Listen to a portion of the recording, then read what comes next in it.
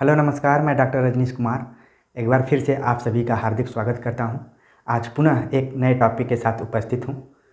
आज मैं बातचीत करूंगा हिंदी भाषा की भौगोलिक स्थिति पर कि उसका कितना विस्तार है और कौन कौन हिंदी भाषा के अंतर्गत उपभाषाएं और बोलियां आती हैं। इसके पहले मैं ये बताना चाह रहा हूं कि कई कमेंट्स मैंने देखा जो हिंदी भाषा को लेकर था। उसमें से एक कमेंट्स था कि हिंदी भाषा काफ़ी बोरिंग पेपर्स के रूप में आता है, चाहे वो कॉलेज के समय का हो चाहे विश्वविद्यालयों में हो। इससे मैं 100% सहमत हूँ कि हिंदी भाषा के प्रश्न पत्र को कहीं भी ठीक से नहीं पढ़ाया जाता है। अगर उसको कोई पढ़ाने वाला होता है तो चाहे वो नया कोई प्रोफेसर जिसकी नियुक्ति रहती है उसको दे दिया जाता है, या फिर जब टाइम टेबल बनता है पढ़ाने का उसमें सीनियर टीचर्स अपने अनुसार विषय को ले लेते हैं और जो बचता है वो किसी को दे दिया जाता है। तो इस तरह से भाषा विज्ञान और काव्य शास्त्र ये दोनों प्रश्न पत्र इसके शिकार हो जाते हैं, जिससे कि छात्रों को बोरियत महसूस होती है इस पेपर में।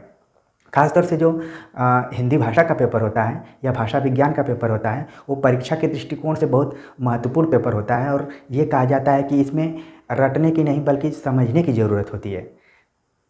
और अगर कोई समझ गया इस विषय को तो उसको कोई दिक्कत नहीं होगी। और यह प्रश्न पत्र किसी भी परीक्षा में या प्रतियोगी परीक्षाओं जैसे कि टीचिंग से संबंधित हो गया या फिर आरओ से संबंधित कोई एग्ज़ाम है तो उसमें व्याकरण से और भाषा विज्ञान से प्रश्न आते ही हैं। तो इस हिसाब से देखा जाए तो काफ़ी महत्वपूर्ण रोल रहता है भाषा विज्ञान का।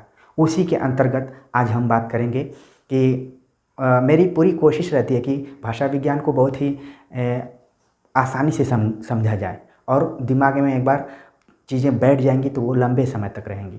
ठीक है, तो आज मैं बातचीत करूंगा जो हिंदी की भौगोलिक स्थिति के बारे में। देखा जाए तो जो हिंदी है इसको 5 उपभाषाओं में बांटा गया है। इसको 60 मैंने एक सूत्र बनाया BRPPP।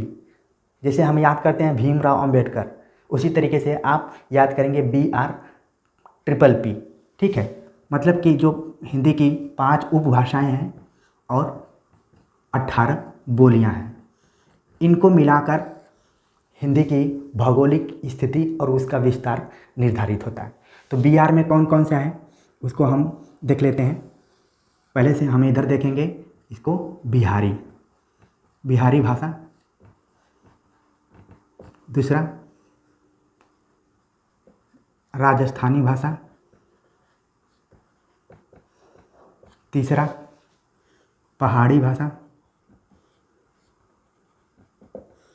चौथा पूर्वी हिंदी और 5वां पश्चिमी हिंदी। तो अब आपके दिमाग में तुरंत फिक्स हो जाना चाहिए कि इस सूत्र के माध्यम से BRPPP के माध्यम से कि कौन कौन 5 उपभाषाएं हैं। कई बार ये परीक्षाओं में पूछ लिया जाता है कि हिंदी की कुल कितनी उपभाषाएं हैं, और इंटरव्यू इत्यादि में जाएंगे तो भी पूछ लिया जाता है। और न चाहते हुए भी प्रत्येक प्रतियोगी परीक्षाओं में इससे संबंधित 5-10 सवाल एकदम आना तय है ये। तो आज मेरी ये कोशिश रहेगी कि आपको पूरा विधिवत तरीके से समझा दिया जाए ताकि जब भी आप परीक्षा में जाएं तो आपको कोई मुश्किल ना हो। इसलिए धैर्य बनाकर अंत तक इस वीडियो को देखने का प्रयास कीजिए आप लोग, और कमेंट्स भी कीजिए कि मेरी बात समझ में आ रही है कि नहीं। अब उस तरीके से बोरियत वाला आपको भाषा विज्ञान नहीं लगेगा। ठीक है, तो मैंने बताया कि B से बिहारी, R से राजस्थानी और P से पहाड़ी भाषा, और एक P से पूर्वी और तीसरे P से पश्चिमी हिंदी। ठीक है, तो आपको पूरा दिमाग में ये फिक्स हो गया होगा। अब देखा जाए बिहारी हिंदी के अंतर्गत 3 उपबोलियाँ आती हैं जिसमें कि भोजपुरी। आगे चलकर हम इस पर थोड़ा सा विस्तार से बातचीत करेंगे इन बोलियों पर, अभी समझने के लिए कि कौन कौन मुख्य बोलियां हैं और उनकी उपबोलियां कौन कौन सी हैं। ठीक है, मगही और मैथिली। और मैंने पहले से ही व्हाइट बोर्ड पर मैप बनाया था भारत का कि जैसे ही हम भूगोल पढ़ते हैं तो नदियों, पर्वतों, पठारों के बारे में हम देखते हैं मैप के अनुसार, उसी तरीके से हम भाषा विज्ञान जब पढ़ेंगे तो उसको भी मैप के हिसाब से देखेंगे कि जब बिहारी की बात की जा रही है तो बिहारी भाषा जो बिहार का एरिया है उसमें तो भोजपुरी उसके अंतर्गत आती है, मगही और मैथिली। इन तीन भाषाओं का अध्ययन बिहारी भाषा के अंतर्गत किया जाता है। और एक आप याद रखिए, अपभ्रंश के इसमें भेद बताएंगे, ये मागधी के अंतर्गत आता है। ठीक, मागधी अपभ्रंश के अंतर्गत ये वर्ग आता है। तो खास तौर से आपको ध्यान में रखना है कि बिहारी हिंदी के अंतर्गत कौन कौन सी उपबोलियाँ हैं। इसके बाद हम राजस्थानी की बात करें तो इसमें 4 आती हैं, मारवाड़ी, जयपुरी, मालवी और मेवाती। राजस्थानी जो हिंदी है, राजस्थानी हिंदी, यहाँ पर मैंने भाषा लिख दिया था, हिंदी लिखना ज़्यादा सही रहेगा। राजस्थानी हिंदी, उसके अंतर्गत 4 जो उपबोलियाँ आ रही हैं, तो आपको दिमाग में तुरंत राजस्थान का मैप आना चाहिए कि ये जो इलाका है ये मारवाड़ी, जयपुरी, मालवी और मेवाती, ये राजस्थान के मैप में आपको तुरंत आपके दिमाग में मैप आना चाहिए। ठीक है, तो उम्मीद है कि आप अपने दिमाग में भारत का नक्शा भी बना कर रख रहे होंगे और चीज़ों को समझने का प्रयास कर रहे होंगे। इसके बाद पहाड़ी हिंदी। पहाड़ी हिंदी में 2 आती हैं, खासतौर से पहाड़ी हिंदी जो उत्तर भारत है उसका जो पर्वतीय इलाका है, ये उत्तराखंड, ये पहाड़ी हिंदी के अंतर्गत आता है। और इसमें मात्र 2 भाषाएं हैं, बोलियां हैं। पहली है कुमायूनी, दूसरी गढ़वाली। ठीक, तो कई बार एग्जाम में पूछ देता है कि पहाड़ी हिंदी के अंतर्गत कौन कौन सी बोलियां आती हैं, तो आपको दिमाग में ये रखना पड़ेगा। इसी तरीके से राजस्थानी हिंदी के अंतर्गत, इसी तरीके से बिहारी हिंदी के अंतर्गत। ये सवाल ऑब्जेक्टिव में भी आता है और इंटरव्यू इत्यादि में भी पूछ लिया जाता है। अब पूर्वी हिंदी की बात करें तो इसके अंतर्गत जो वर्ड आ रही है वो है अवधि। ध्यान रहे कि अवधि, अगर हम छोटी की मात्रा दे देंगे तो ये समय को बताएगा, और जब इस पे बड़ी की मात्रा रहेगी तो ये एक भाषा के रूप में प्रयुक्त होगी। ठीक है, तो अवधि, कई बार बच्चे छोटी की मात्रा दे देते हैं, तो आप ध्यान रखिए कि इस पे बड़ी की मात्रा होगी। दूसरा बघेली, तीसरा छत्तीसगढ़ी। 3 भाषाएं आती हैं, इसको मैं याद करता हूँ ABC, मतलब अवधि, बघेली और छत्तीसगढ़ी। तो इस तरीके से आप अपने दिमाग में बैठा सकते हैं इस चीज़ को। और पश्चिमी हिंदी के अंतर्गत देखा जाए तो आती है ब्रज भाषा, खड़ी बोली, कन्नौजी, बुंदेली, हरियाणवी और दक्कनी हिंदी।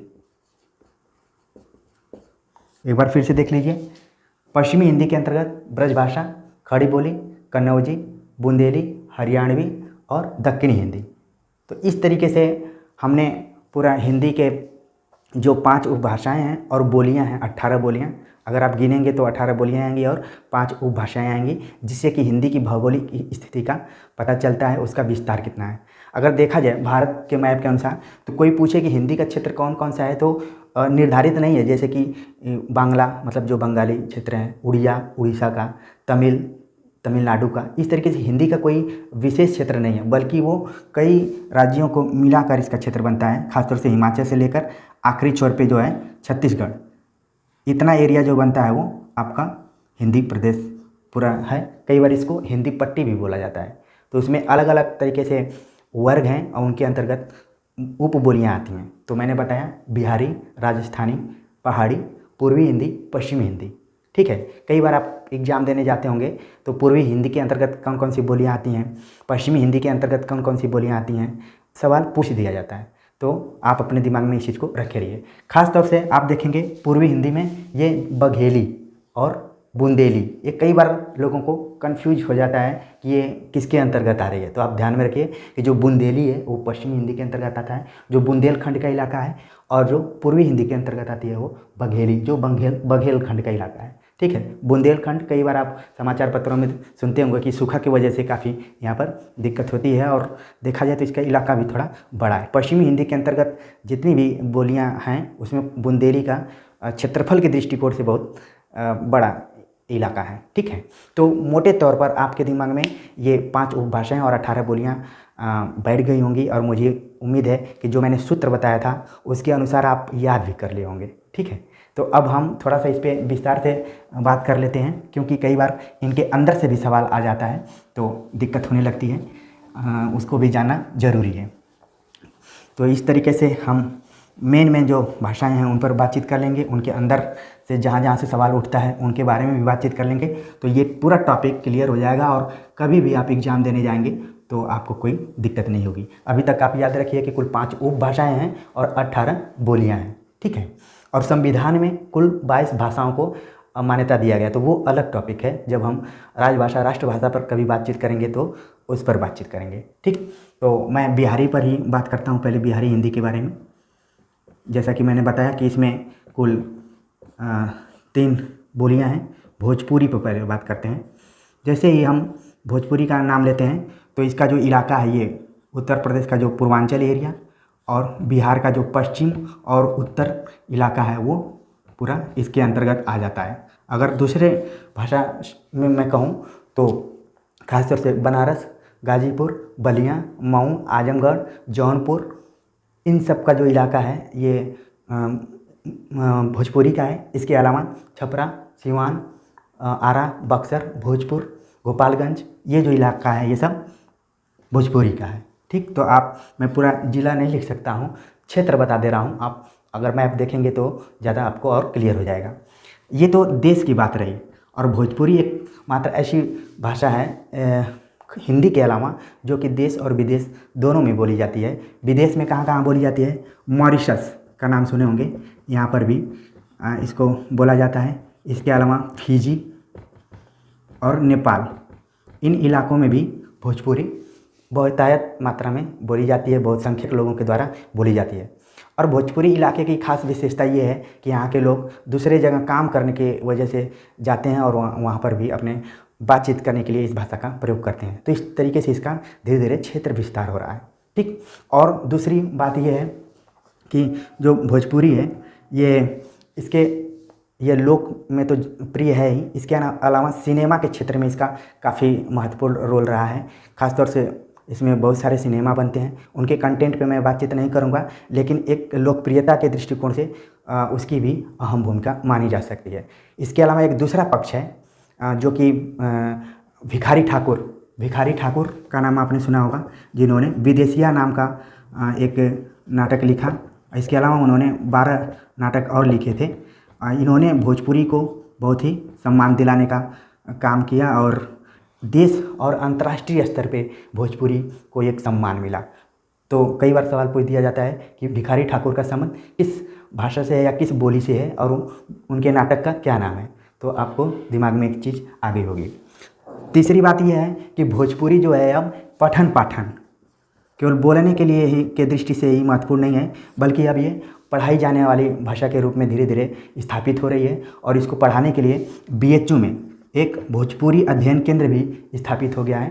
तो उसमें भोजपुरी की पढ़ाई, रिसर्च इत्यादि होता है। तो जानकारी के लिए आपको ये भी ध्यान में रखना चाहिए। कई बार एग्जाम में पूछ सकता है कि भोजपुरी अध्ययन केंद्र कहाँ है, तो आप तुरंत बताएंगे कि ये बनारस में है या फिर BHU में है, ठीक है। तो ये तो कुछ खास तौर से भोजपुरी की बारे में बातें थीं। और ये ध्यान में रखने की ज़रूरत है कि इतना बहुसंख्यक होने के बाद भी भोजपुरी को 8वीं अनुसूची में नहीं रखा गया है, ठीक। कई बार सवाल आता है कि निम्नलिखित में से किस भाषा को 8वीं अनुसूची का दर्जा नहीं दिया गया है, तो इसमें विकल्प रहता है भोजपुरी का।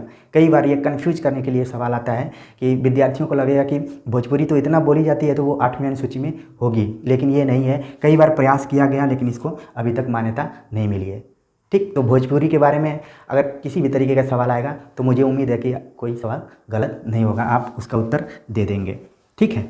अब हम इसी के अंतर्गत जो दूसरी महत्वपूर्ण बोली है उसका नाम है मगही।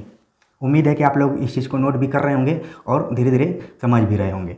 और मुझे उम्मीद है कि ये आपको बोरियत महसूस नहीं होगा और धीरे धीरे आपके दिमाग में चीज़ें बैठती जाएंगी, ठीक है। और आप कमेंट्स करके ज़रूर हमको बताइएगा। मगही का जो सामान्य अर्थ है वह है मगध की भाषा। मैप मैंने बनाया है और इसीलिए बनाया है कि आपको तुरंत दिमाग में आए कि मगध एक तो पहले साम्राज्य था, ठीक। उसकी जो खास जो जगह है गया, बिहार में एक जगह है गया, वहाँ ये भाषा ज़्यादातर बोली जाती है, ठीक। तो मगध की भाषा को मगही कहा जाता है। इसका जो क्षेत्र है वो गया है, बिहार में एक ज़िला है वहाँ पर। और जब मैं पारी पढ़ा रहा था तो मैंने बताया था कि इसको मागधी भी कहा जाता है, मागधी भाषा भी कहा जाता है मगही को, ठीक। इसके अलावा इसमें लोक साहित्य भी कई लिखे गए हैं, जिनमें कि गोपीचंद और लोरिक की रचनाएं फेमस हैं।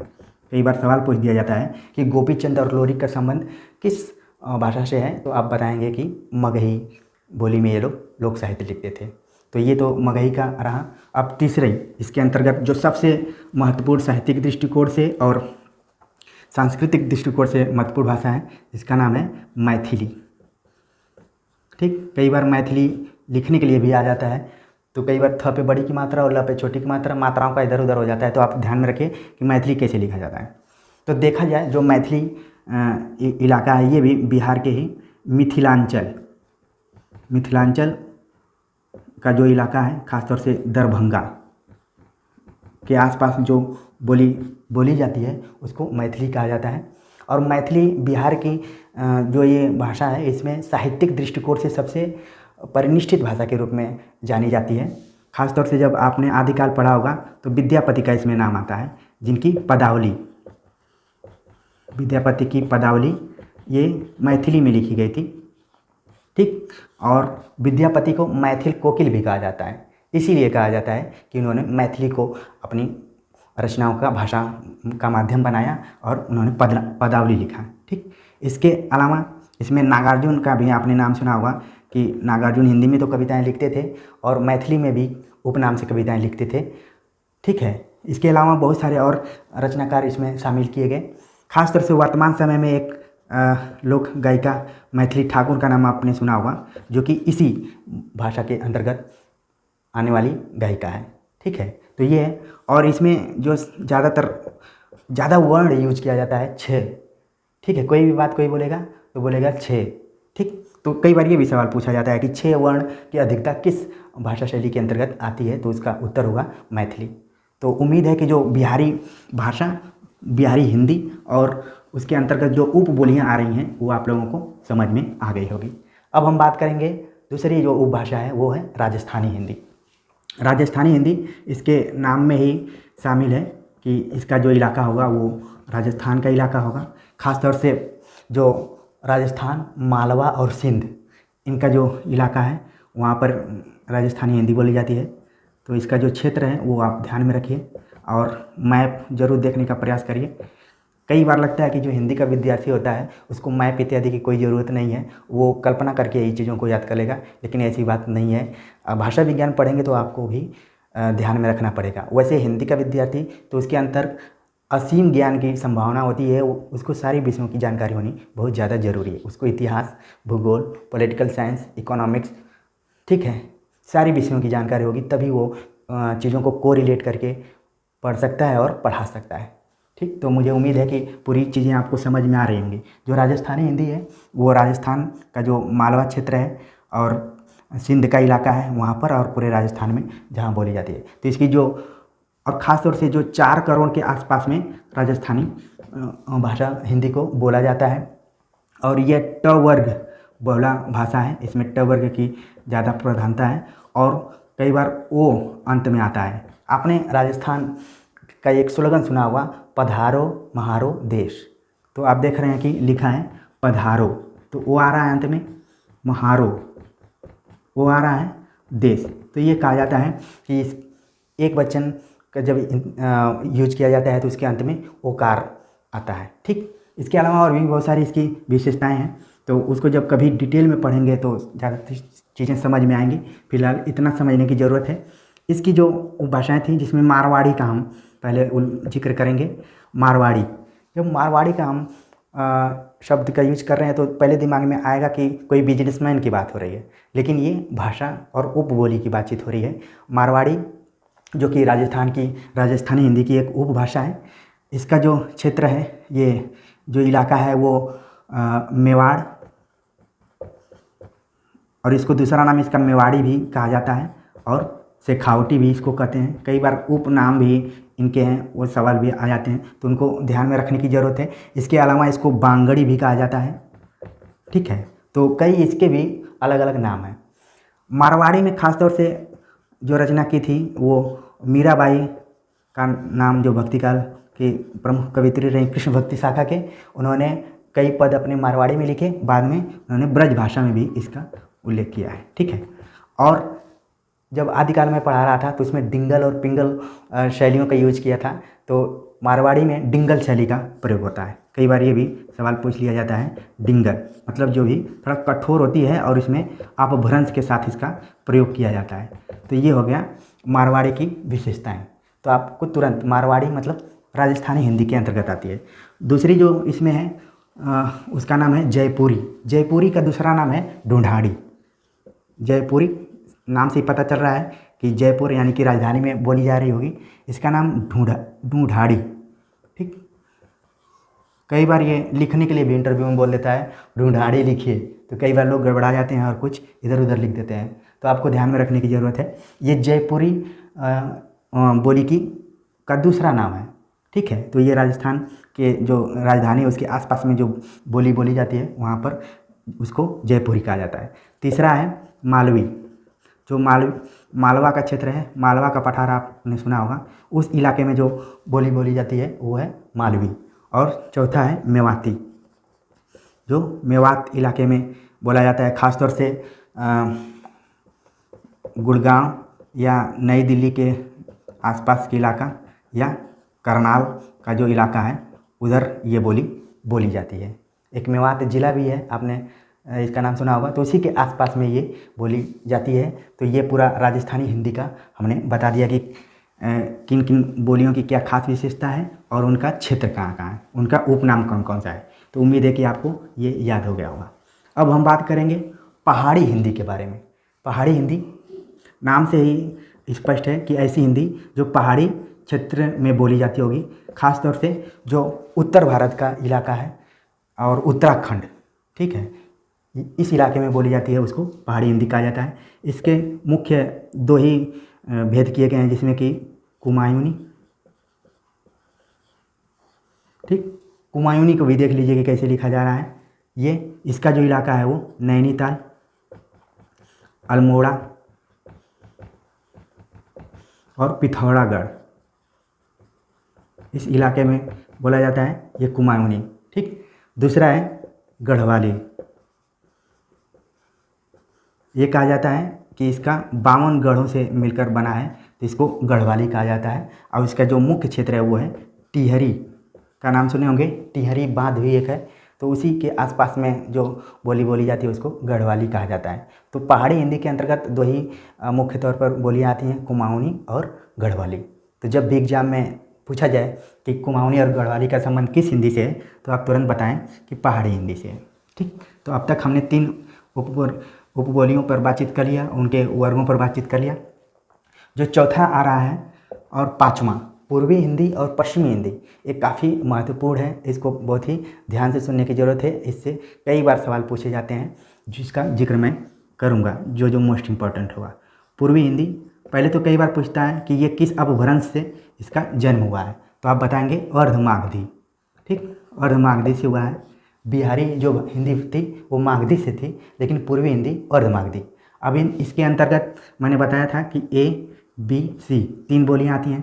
तो ए में है अवधि और ध पे बड़ी की मात्रा होगी, तो इसको ध्यान में रखने की ज़रूरत है। जब अवधि का नाम हम लेते हैं तो दिमाग में आता है कि जो अवध का क्षेत्र है उधर, जो अयोध्या, फैजाबाद, सुल्तानपुर, इस सब का इलाका है, उसमें इलाहाबाद भी आ जाता है, वहाँ पर अवधी भाषा का प्रयोग होता है। ठीक। और अवधि में 2 बड़े महाकाव्य लिखे गए, जिसमें कि जयसी का पद्मावत और रामचरितमानस। अवधि एक ऐसी इकलौती भाषा है जिसमें कि 2 बड़े बड़े महाकाव्य लिखे गए हैं। ठीक है। और भी कई महाकाव्य लिखे गए, लेकिन ये दोनों एकदम चर्चित हैं। अवधि के भी कई नाम हैं, इसको कई बार कोसली कहा जाता है और बैसवाड़ी भी कहा जाता है, बैसवाड़ी। ठीक है। और अलग अलग विद्वानों ने इसका अलग अलग नामकरण भी किया है, जो कि आपको ध्यान में रखना है। खासतौर से कई बार सवाल आ जाता है कि बैसवाड़ी किस बोली का दूसरा नाम है या कोसली किस बोली का दूसरा नाम है। ठीक। भोजपुरी की तरह अवधि भी केवल देश में नहीं बोली जाती है, बल्कि विदेशों में बोली जाती है। ये भी फिजी, गुयाना, ठीक है, मॉरिशस, इन जगहों पर भी बोली जाती है। मतलब कि इसके भी बोलने वाले दुनिया में अलग अलग कोने पर भी मौजूद हैं। ठीक है, तो ये अवधी के बारे में रहा और इसकी खास विशेषता हम देखेंगे। अब इसका जो दूसरा पार्ट है वो है बघेली। बघेली ये बघेलखंड का जो इलाका है, बघेलखंड का इलाका मतलब जो रीवा है, रीवा जिला जो मध्य प्रदेश के अंतर्गत आता है, वहाँ पर ये ज़्यादातर बोली जाती है। ठीक है, बघेली के बाद है तीसरा छत्तीसगढ़ी। बघेली से बस इतना ही सवाल कई बार पूछा जाता है कि इसका मुख्य हेडक्वार्टर कहाँ पर है जहाँ पर ज़्यादा बोली जाती है, तो ऑप्शन में रीवा का नाम रहता है, तो आप इसको ध्यान में रखिए। और पूछ लिया जाता है कि ये किस हिंदी के अंतर्गत आती है, तो पूर्वी हिंदी के अंतर्गत, क्योंकि बघेली की एक बहन बुंदेली है जो कि पश्चिमी हिंदी के अंतर्गत है। तो कई बार ये दोनों परीक्षार्थियों में कन्फ्यूजन पैदा कर देते हैं जिससे कि दिक्कत होने लगती है। ठीक है, अब हम छत्तीसगढ़ी की बात करें तो जाहिर सी बात है कि जो छत्तीसगढ़ है वहाँ पर ये बोली जाती है। इसको दक्षिण कौशल भी कहा जाता है। अभी हमने एक कौशल का जिक्र किया जो कि अवधि के लिए प्रयुक्त होता है, और इसको दक्षिण कौशल कहा जाता है। और इसके अंतर्गत दो बोलियां और आती हैं, लरिया और खलटाही। कई बार पूछ देता है कि खलटाही जो भाषा है, बोली है, वो किस हिंदी के अंतर्गत आती है और उस में किस में आती है, मतलब कि छत्तीसगढ़ी में आती है। और लरिया का भी पूछ देता है। छत्तीसगढ़ी में एक खास विशेषता ये है कि जो हिंदी में हाँ शब्द होता है उसको हव कहा जाता है। कई बार सवाल पूछा गया है परीक्षाओं में कि हव शब्द का प्रयोग किस भाषा के अंतर्गत किया जाता है, तो आपका छत्तीसगढ़ी है। ठीक है, तो उम्मीद है कि पूर्वी हिंदी के अंतर्गत जो तीनों उपबोलियाँ आई वो आप लोगों को समझ में आ गई होंगी। इसके बाद हम बात करेंगे पश्चिमी हिंदी के बारे में। पश्चिमी हिंदी के अंतर्गत जो खासतौर से बोलियाँ हैं उनका नाम इस प्रकार है। पहला नाम है ब्रज भाषा। ठीक, ब्रज भाषा। ब्रज का जो सामान्य अर्थ है वो है चारागाह। चारागाह मतलब जहाँ पे पशुओं को चराया जाता है उसको चारागाह कहते हैं। तो ब्रज भूमि मतलब चारागाह करने वाली भूमि, जहाँ पर पशु चारा खाने जाते हैं उसको ब्रज भूमि कहा जाता है। और वहाँ पर जो भाषा बोली जाती है वो ब्रज भाषा है।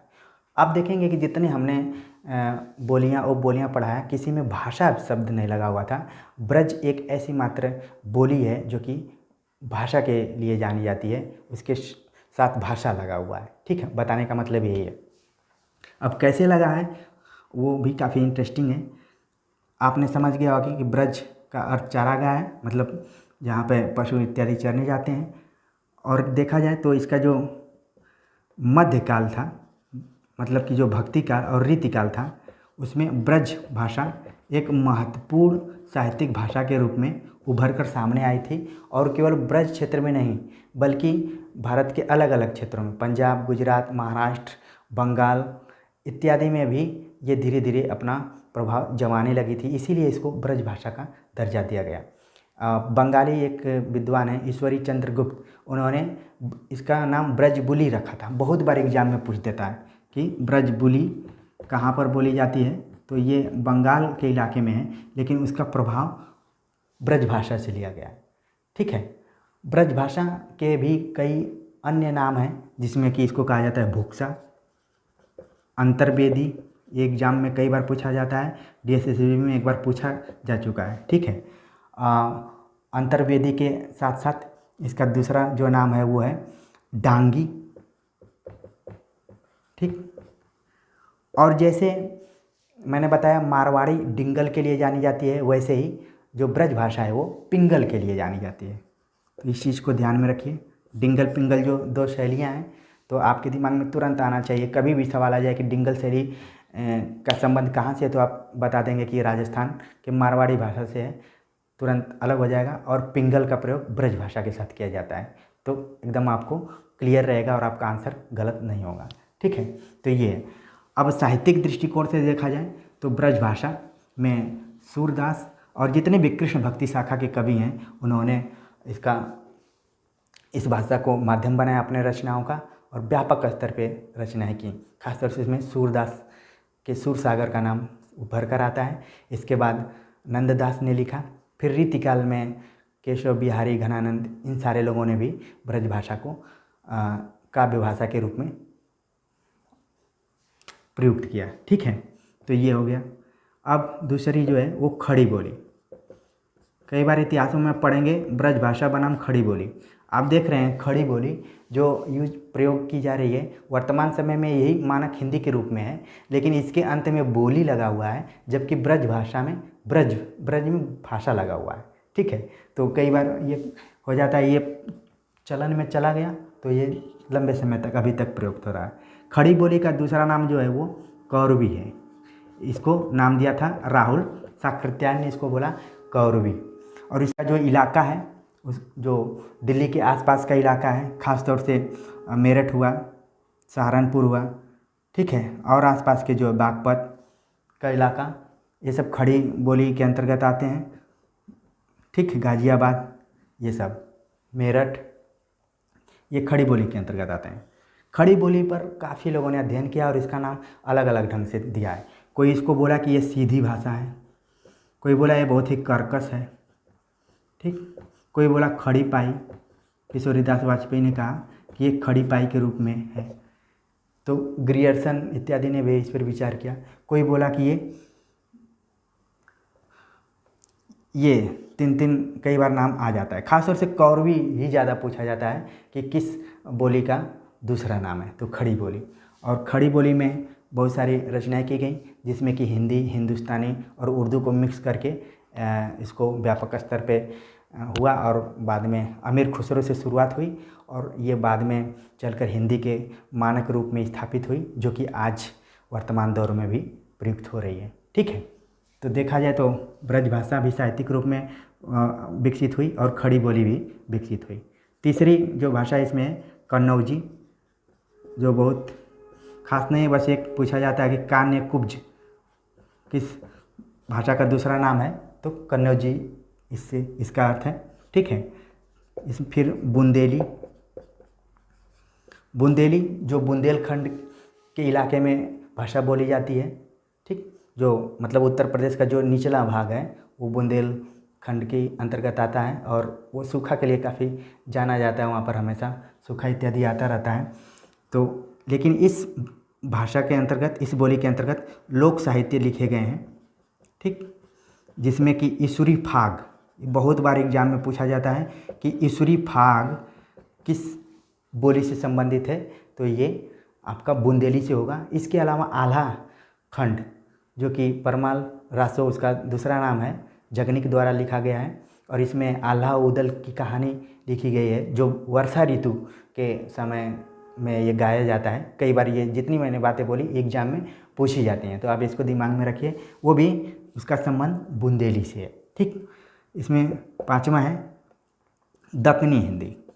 दक्कनी हिंदी को भी हम पश्चिमी हिंदी के अंतर्गत ही मानते हैं, जो कि आप राजधानी परिवर्तन के बाद, मतलब जब मोहम्मद बिन तुगलक ने राजधानी परिवर्तन का आदेश दिया और बहुत सारे लोग उत्तर भारत से आने लगे दक्षिण भारत की तरफ, जहाँ पर राजधानी नाम दिया गया था, यहाँ पर बीच में उन्होंने इसको वापस कर लिया, लेकिन जो लोग आ गए थे बस गए और यहाँ पर एक नए तरीके की भाषा का जन्म हुआ, जिसका नाम दक्कनी हिंदी कहा गया, जो हैदराबाद के क्षेत्र में फेमस है। ठीक है, तो उम्मीद है कि हिंदी की भौगोलिक स्थिति आप लोगों को समझ में आ गई होगी। पांचों जो उसकी उपभाषाएं वो भी समझ में आ गई होंगी, उसके अंतर्गत जो 18 उपबोलियां हैं वो भी समझ में आ गई होंगी, और उन उपबोलियों में परीक्षा के दृष्टिकोण से कौन कौन से महत्वपूर्ण सवाल उठ सकते हैं वो भी आपको समझ में आ गया होगा। ठीक है, तो उम्मीद है कि ये वीडियो आपको पसंद आया होगा। आप इसके बारे में ज़रूर कमेंट्स कीजिए और ये बताइए कि क्या भाषा विज्ञान आपको बोरियत लग रहा है, क्या आपको बोरियत के अपेक्षा ये आपको समझ में आ रहा है। आप कमेंट्स करके बताएंगे तो ज़्यादा अच्छा लगेगा, और अपने पढ़ाने की शैली में हम थोड़ा सा आपके कमेंट्स के अनुसार उसमें सरलता लाने की कोशिश करेंगे। ठीक है, तो मिलते हैं एक नए वीडियो के साथ, तब तक के लिए धन्यवाद, और उम्मीद करता हूँ कि आप लोग सुरक्षित होंगे और अपनी पढ़ाई लिखाई कर रहे होंगे। नमस्कार।